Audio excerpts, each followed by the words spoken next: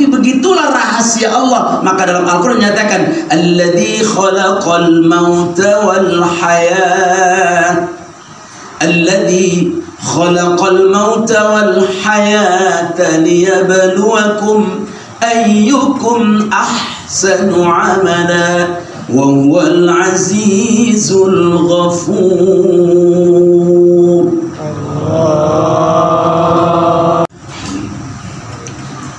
Assalamualaikum warahmatullahi wabarakatuh.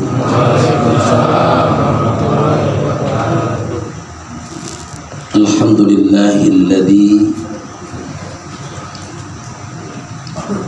an'ama alaina bi ni'matil iman wal islam was sihhah. Ashhadu an la ilaha illallah wahdahu la syarika lah. Wa ashhadu anna sayyidana Muhammadan abduhu wa rasuluhu la nabiyya ba'dah. Allahumma salli wa sallim wa barik ala sayyidina wa habibina wa syafi'ina maulana Muhammadin khairil bariyah wa ala alihi wa sahbihi wa mawala la hawla wa la quwata illa billah. Amma ba'da. Al-mukarramun far'alimil ulama, para asatidah, para hujjaj, tokoh masyarakat, Bapak RT, Bapak RW, wabil khusus sahibul musibah, al-mukarram wal muhtaram Ustaz Muhammad Yusuf FHR. Saya sampai saat ini nggak tahu tuh FHR-nya apa gitu ya. Tapi mudah-mudahan itu F-nya itu forum kali ya. Oh, nama orang tua. Oh, F itu berarti hanya Haji Ridi. Kalau F, oh Pak Ridi, subhanallah, selalu menyandangkan nama orang tua di belakang namanya, insya Allah barokah. Lalu pula Ketua PCNU Kota Tangerang Selatan, Akhifillah Kiai Haji Abdullah Mas'ud, mudah-mudahan selalu sehat walafiat, panjang umur berkah dalam mimpin NU Kota Tangerang Selatan, semakin maju dan semakin berkembang, semakin dirasakan nikmat dan manfaatnya bagi masyarakat Kota Tangerang Selatan. Amin. Lalu pula akhifillah sahabat saya, bendahara di LPTQ Kota Tangerang Selatan, Kiai Haji Abdul Karim. Beliau alhamdulillah mau menemani saya malam ini. Kiai Haji Asbullah yang saya banggakan, saya muliakan. Lalu pula Ustaz Nur Hadi yang alhamdulillah bisa mengantarkan, mendampingi Ketua PCNU Kota Tangerang Selatan. Dan tokoh-tokoh yang lain nih, siapa lagi? Saya lupa juga nih. Siapa lagi? Reda, siapa lagi? Oh ya. Mudah-mudahan walau saya nggak sebutin, tapi mungkin saya lupa, saya mohon maaf yang sebesar-besarnya. Namun tidak mengurangi rasa hormat dan ta'zim saya. Wabil khusus Ustadz Solihin mana? Kiai Haji Solihin mana? Alhamdulillah Kiai Haji Solihin. Saya pikir bajunya sama-sama kuning. Kiai Solihin sehat, Kiai Solihin? Alhamdulillah, semoga barokah selalu, senantiasa sehat walafiat, panjang umur, amin. Malam ini saya berkenan hadir karena saya merasa Ustadz Yusuf ini adalah sahabat saya yang dari dulu dari IGTA berlangsung di Pondok Aren, beliau aktif selalu. Sampai di LPTQ Pondok Aren, saya ketua LPTQ-nya, beliau juga aktif.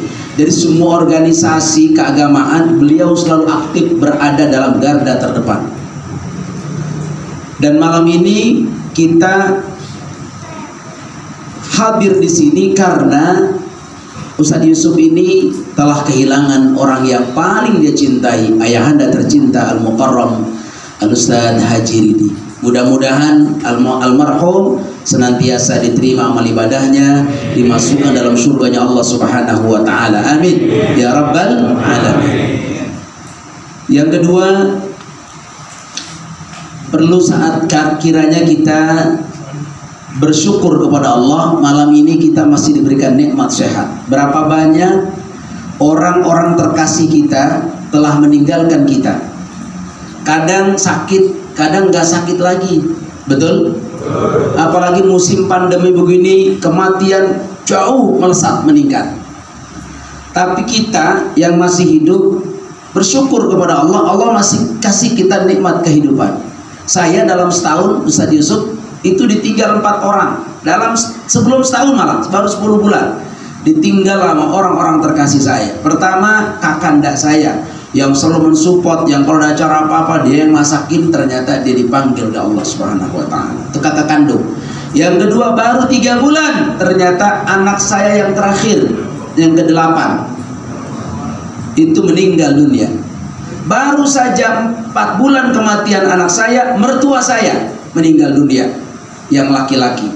Dan baru saja 40 hari yang lalu, Senin kemarin, kakak kandung saya meninggal dunia. Kakak saya nomor 2, abang saya yang selama ini membantu, mendoakan saya dalam dakwah di Al-Quraniyah, harus dipanggil oleh Allah Subhanahu wa taala. Itu semua sudah takdir dari Allah Subhanahu wa taala. Betul? Karena itu sebagai manusia tak ada lain, qalu inna lillah wa inna ilaihi raji'un. Yang kedua, Ananda Fatih ini juga termasuk santri saya. Beliau anaknya mondok di Al-Quraniyah, sudah lulus di SMP, kemudian dia pindah ke sekolah lain, tapi itu tetap santri saya, anak santri saya, anak saya juga. Oleh karena itu, ini tempat barokah. Karena Ustaz Yusuf membangun musola ini semua, musola apa masjid ini? Masjid ini semua adalah tak lain perjuangan orang tua juga. Betul apa betul? Maka daripada itu perlu saya sampaikan bahwa malam ini kita semua diundang, tanpa diundang pun dengar almarhum meninggal dunia, dengan langkah kaki yang ringan datang ke tempat ini untuk mendoakan almarhum. Saya yakin kalau kita semuanya saat orang kematian kita ringan kaki kita melangkah untuk zikir takziah di sini, nanti kalau kita meninggal dunia orang lain juga ringan kakinya melangkahkan kaki mendoakan kita. Kurang banyak aminnya. Ya Rabbal Alamin. Saudara yang dirahmati Allah, Imam Al-Ghazali menyatakan bahwa dia terkenal dengan julukan Hujjatul Islam. Dia mengatakan manusia itu hidup di dunia ini seperti seorang musafir, yang dimana star pertama itu adalah dari buayan ibunya. Kita semua ini udah star dari pertama. Ini dalam perjalanan. Namun perjalanan tujuan kita yang terakhir adalah di mana? Alam barzakh. Itu tujuan terakhir. Tapi ada lagi nanti ketika Allah bangkitkan kita, semua kita akan dihisab di hari kiamat. Itu kata Imam Al-Ghazali. Dan saat ini juga ketika Rasulullah bersabda, kafa bil mauti wa'idhan. Cukup bagi kita kematian itu sebagai sebuah nasihat bagi kita. Maka kematian almarhum Ustadz Haji Ridi ini nasihat buat kita yang hidup, bahwa sebenarnya kita ini juga tinggal nunggu jadwal. Yang namanya kematian gak ada orang yang tua dulu dah, yang muda belakangan. Betul? Lah kemarin itu bocah tabrakan, ditabrak truk, anak muda diserpong dua-duanya, mahasiswa UIN mati malam itu juga dua-duanya. Masa seger-seger banget, ilmunya sedang hebat-hebatnya. Lah kalau kita bicara jadwal, mungkin kemauan kita mah absen dulu dari A dulu, yang namanya A mati duluan, yang B begitu ntar belakangan. Betul nggak? Tapi nggak begitu. Buktinya malam ini yang dari R apa? Ridi dipanggil, yang A Abdul Karim belum tuh. Belum. Kita doain biar umurnya panjang. Amin.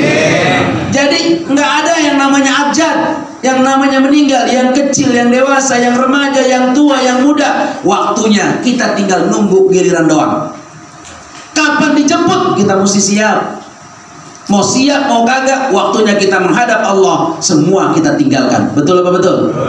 Maka daripada itu kita semuanya malam ini harus bersiap. Ketika ada seorang sahabat bertanya, ya Rasulullah, ayyul mu'minina afdal? Mukmin yang paling baik yang bagaimana? Ahsanuhum khuluqa. Kata Nabi, yang akhlaknya paling baik. Nih, yang akhlaknya paling baik, nggak nyakitin orang, ngomongnya tutur katanya rapi, sopan, punya akhlak, punya adab. Ini yang namanya manusia. Muslim yang paling baik, sholatnya hubungan kepada Allah oke. Dan hubungan kepada manusia juga baik. Semuanya baik. Hablum minallah wa hablum minan nas. Baik, insya Allah itu adalah afdalul mu'minin, seutama-utama orang mukmin. Terus sahabat bertanya lagi, ya Rasulullah, ayyul mu'minina akyas? Mukmin yang mana yang paling cerdas? Yaitu di mana? Kata Nabi, aktsaruhum lil mauti dzikran, yaitu orang yang paling banyak mengingat kematian. Bu, ada ibunya? Bu? Alhamdulillah masih ada ibu-ibu. Kalau ada ibu-ibu pokoknya kita tenang, urusan makan mah Beres. Ini urusan masukin begini memang laki-laki nih, bukan. Ini urusan perempuan nih masukin yang nyusun kue kayak begini nih. Maka ada pahala juga dia. Amin. Kira aminnya kenceng benar. Hadirin rahimakumullah, aktsaruhum lil mauti dzikran, orang yang paling banyak mengingat mati.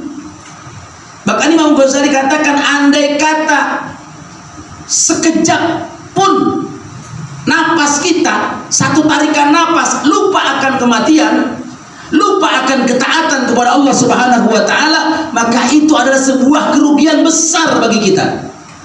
Jadi artinya gimana? Setiap jantung kita, kembang kempis kita nih, dek dek dek dek, itu selalu ingat Allah dan ingat akan kematian. Begitu kita, maka kita akan waspada. Insya Allah kita akan senantiasa mempersiapkan diri dengan sebaik-baiknya. Maka Al-Muhasibi di dalam kitabnya mengatakan, ada cerita bahwa ketika Allah Subhanahu wa taala bertanya kepada Nabi Ibrahim, "Hai Ibrahim, bagaimana rasanya sakitnya kematian?" Kata Nabi Ibrahim mengatakan begini, "Ya Allah, sakitnya itu seperti batang besi, tahu batang besi yang digunakan untuk manggang daging, tahu? Batang besi yang digunakan untuk manggang daging dibakar, kan merah semua, betul nggak?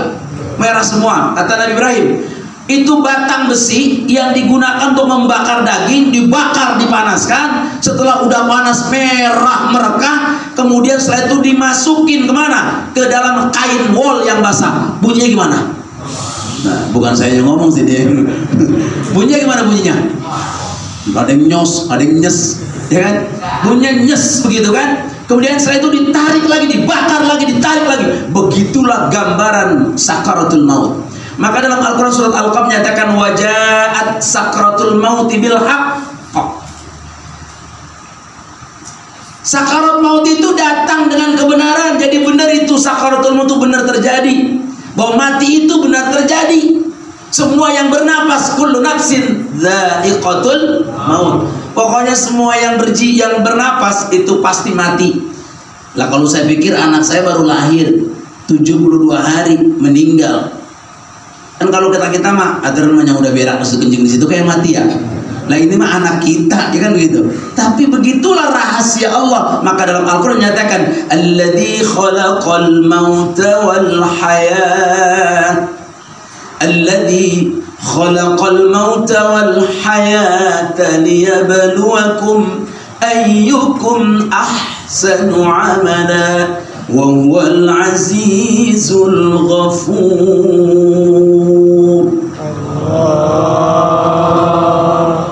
Emang di mana-mana kalau kita dengar suaranya agak sedikit enak, kita rasanya seneng ya. Saya mau nanya, enak gak tuh suara? Enak. Kalau kata saya mah enggak enak sih. Bu, enakan mana mas suara Pita Malang? Enakan api. Tuh, alladzi khalaqal mauta, tuh lihatin tuh. Allah menciptakan kematian wal hayata, dan menciptakan kehidupan. Kenapa al maut dulu baru hayat?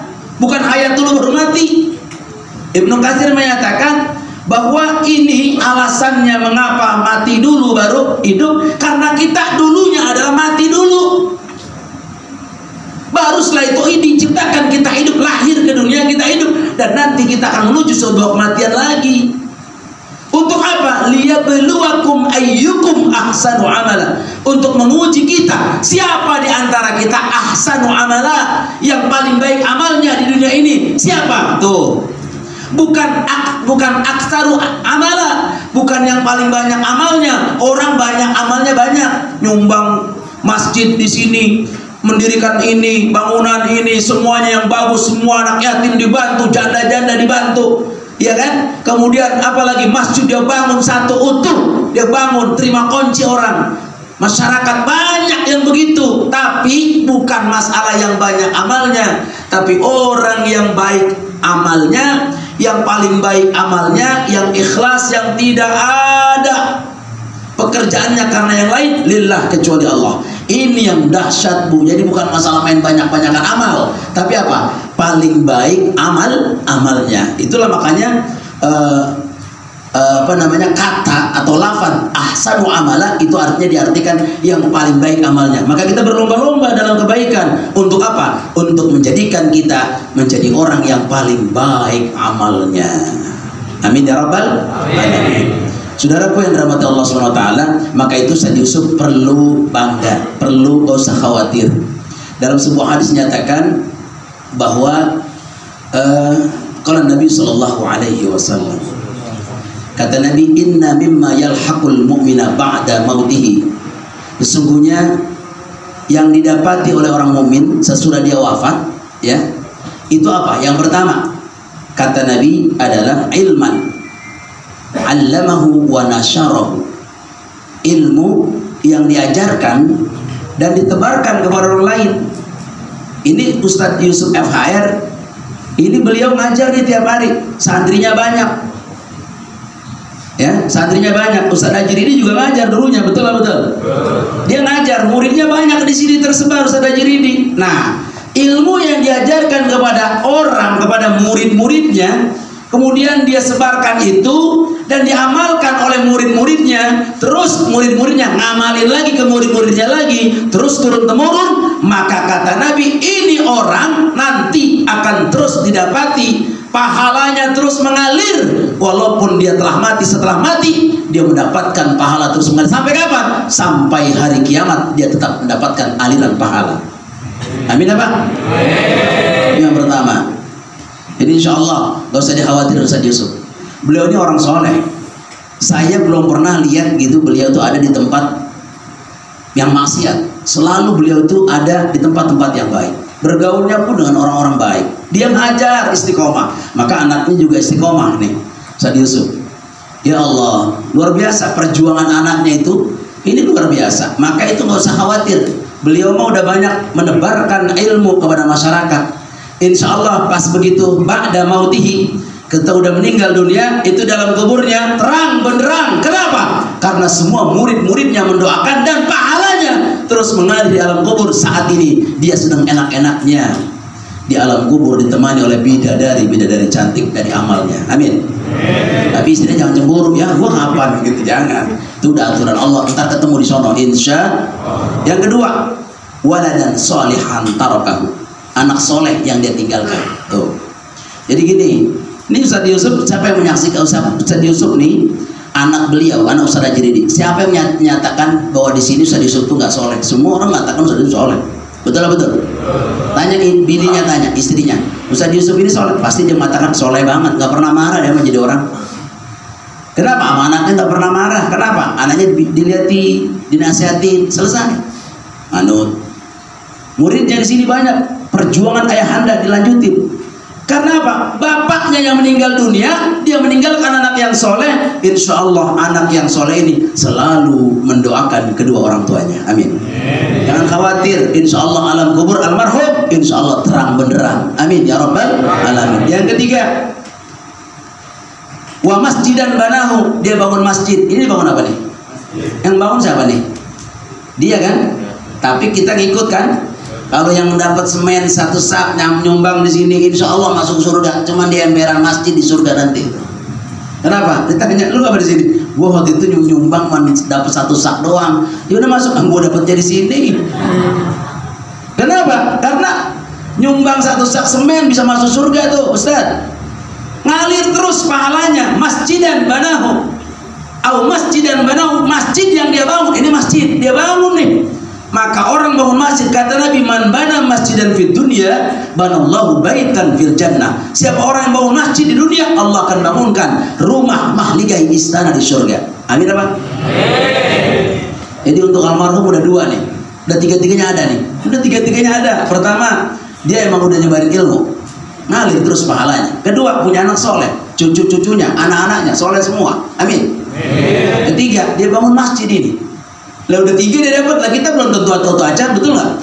Ya Allah, ini dah hadisnya sahih ini.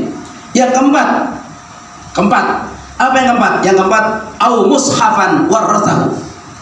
mushaf Al-Quran yang dia wariskan. Kalau kita punya rezeki, bisa besok punya rezeki 10 juta, kurang. Jadi 10 juta, minta tolong Ustaz Nur Hadi, bilang, Ustaz, cari percetakan, cetak Quran 10 juta. Dapat tuh berapa? Sekitar 500 Al-Quran tuh ada. Jadi dah sama Kiai Khotib, saya punya sahabat tuh. Ya, mungkin nih Kiai Abdullah Mas'ud dekat sama Kiai Khotib, ya. Tolong minta bantuan sama ketua PCNU. Ustaz, nih saya Kiai, nih saya punya uang 10 juta, mau dicetakin Quran. Untuk apa tuh? Tujuannya kita cetak Quran, dapat tuh berapa? 500 Quran. Tinggal nyebar. Nih masjid 10 Aren banyak banget, kerjasama DMI. Bilang nih, setiap masjid dapat berapa? 20 berapa puluh masjid. Niat wakafkan buat apa? Ini nanti wakafkan niatnya buat orang tua, buat saya, sama buat Ustaz Yusuf juga, buat orang tua juga, ngalir pahalanya sampai hari kiamat. Amin. Insyaallah. Begitu aja. 10 juta kita kalau kita beliin pangsit jadi apa? Ya kan? Kita beliin kulkas rusak lama-lama, betul nggak? Coba kita cetak Quran, insya Allah tuh saya pesan tuh, saya Yusuf, kalau punya rezeki buat orang tua, insya. Kemudian aubaitan libnis sabil banahu, dia bangun rumah, dia bikin rumah kayak penginapan begitu. Tuh kalau di Kiai Mas'ud di Tasikmalaya tuh, kalau kita ke mana, ke gunung apa, ke apa sih? Pemijahan kan, kita kalau ke sana tuh orang banyak pada nyiapin ini kan, nyiapin rumah penginapan kan. Nah, dia kadang-kadang dia memang sengaja kita bayar, nggak mau udah, yaitu buat ini aja dah, buat apa, bersih, uang bersihnya aja, karena ada yang nyuci piring, ada yang nyuci tikar kan gitu. Dia nggak mau ngutuk, dia ngamalin hadis ini nih. Orang banyak dari mana-mana berangkat ke pemijahan, pada nginep di situ, disiapin karpet. Pas begitu juga jangan, tuh taruh di situ aja buat buat apa? Buat uang bersihnya aja. Saya enggak ini. Tuh dia apa? Menyiapkan rumahnya, diinepin sama orang musafir. Untuk apa? Dia mengamalkan hadis ini bahwa nanti ketika dia meninggal dunia, pahalanya mengalir sampai hari kiamat. Amin. Ya Rabbal Alamin. Kemudian yang keenam, au nahran ajrahu. Dia sungai yang dialir airnya tuh. Ini kalau di Pondok Ujung udah nggak ada sungai. Mana sungai? Ada. Tapi sawahnya ada nggak? Boro-boro udah jadi komplek. Udah nggak ada sawah. Terus sekarang di mana adanya? Nah, kalau daerah-daerah Bogor banyak, Cirebon banyak, Jawa Timur banyak sawah-sawah. Nah, itu kalau pengen supaya pahalanya ngalir, bedah tuh, minta izin sama RT, RW, lurah, camat, bikin dari apa? Dari paralon yang dia bikin atau semacam kayak bor gitu. Nanti airnya mengalir dari sungai, membasahi semua sawah-sawah, orang semuanya nggak kekeringan sawahnya, insya Allah matinya dia akan mengalir pahalanya terus. Amin. Yang terakhir, au sodaqatan akhrajaha, dia mengeluarkan sodakoh. Ya, jadi kalau dia keluarkan sodakoh, ini pahalanya ngalir. Mau berapa tuh sodakoh? Makanya kalau zakat sama sodakoh tuh beda. Lebih mulia mana zakat sama sodakoh? Sodakoh sama zakat saya nyatakan lebih mulia sodakoh. Kenapa saya ngomong begitu? Kalau zakat mah 2,5%, bukan milik kita, mesti kita salurkan kepada orang yang berhak menerimanya. Berapa? 8 golongan asnaf. Kasih tuh kepada mereka. Tuh zakat 2,5%. Kalimatnya juga amr, aqimus shalah wa atuz zakah. Tuh, tunaikan zakat. Jangan orang datang ke rumah kita, datengin orang-orang di kampung kita yang miskin, fakir, ibnu sabil semuanya, yang masuk 8 golongan, kita kasih zakat, bagi-bagi kepada mereka. Buat apa tuh? Membersihkan harta kita. Khudh min amwalihim, ambil tuh. Andai kata ada orang datang ke rumah kita minta zakat, kasih. Kalau kita emang udah ada haul, udah mencapai nisab, kasih zakat. Itu bukan punya kita. Tutahhiruhum wa tuzakkihim, fungsinya membersihin harta kita, membersihkan jiwa kita. Kalau kita kasih, insya Allah harta kita makin berkah. Amin. Itu zakat. Kalau sodakoh itu punya kita, kita kasih orang. Kalau zakat mah bukan punya kita, memang punya orang 8 golongan, kita cuma ngasih balikin. Betul? Tapi kalau sodakoh ini punya kita, kita kasih orang. Berapa harganya, berapa persennya terserah. Mau 1%, 2%, 5%, 10% juga nggak ada masalah. Mau 50% kalau kita emang masih punya, silakan. Itu sedekah. Makanya saya nyatakan lebih mulia sedekah daripada zakat. Maka kata Nabi, as-shadaqatu tarudul bala wa tatulul umur. Sedekah bisa nolak bala, bisa manjangin umur. Nih, kata Nabi. Jadi oleh karena itu, kenapa saya nyatakan bahwa sumur di kampung. Dulu kalau kita tinggal di kampung, kan ada sumur tuh. Di semua orang sekampung pada ngambil sumurnya tuh. Airnya tiap hari menjelang subuh pada ngambil. Anehnya itu sumur, setiap orang pada ngambil air, semua pada ngambil air, bukan makin kering, makin apa? Makin banyak diambilin, bukan makin kering, makin banyak airnya. Tapi bayangkan bandingkan dengan sumur mati. Sumur mati kalau nggak dipakai-pakai, nggak diambil airnya, mati nggak? Mati, banyak lumut, airnya hitam, bau. Kenapa? Karena nggak pernah dikasih ke orang. Coba kalau sumur yang dikasih orang setiap hari manfaatan, penduduk pada ambil air, airnya terus berkah, terus berkah. Intinya kalau kita sedekah, maka harta kita nggak pernah habis. Amin apa? Itu saja yang perlu saya sampaikan. Insya Allah nanti ditambahkan nama ketua PCNU kita. Dan insya Allah pula malam ini saya mohon maaf kalau ngomong saya kebanyakan. Kalau kelamaan saya mohon maaf. Ini kayaknya udah mata-mata udah pada hitam semua ini. Udah pada ngantuk ya, betul ya? Nah, insya Allah mudah-mudahan saya doain yang duduk malam ini, saya minta kepada Allah, termasuk saya yang ceramah, saya minta kepada Allah semoga diberikan keberkahan. Amin. Yang kedua, saya minta yang duduk di sini, yang hadir malam ini, kita mohon kepada Allah semoga panjang umur dalam taat kepada Allah Subhanahu wa taala. Yang ketiga, kita mohon kepada Allah yang duduk malam ini, termasuk saya yang berdiri di sini, kita minta semoga Allah kepada kita berikan kepada kita rezeki yang barokah untuk taat kepada Allah Subhanahu wa taala. Demikian dan sekian, wallahu muwaffiq ila aqwamit thoriq. Wassalamualaikum warahmatullahi wabarakatuh.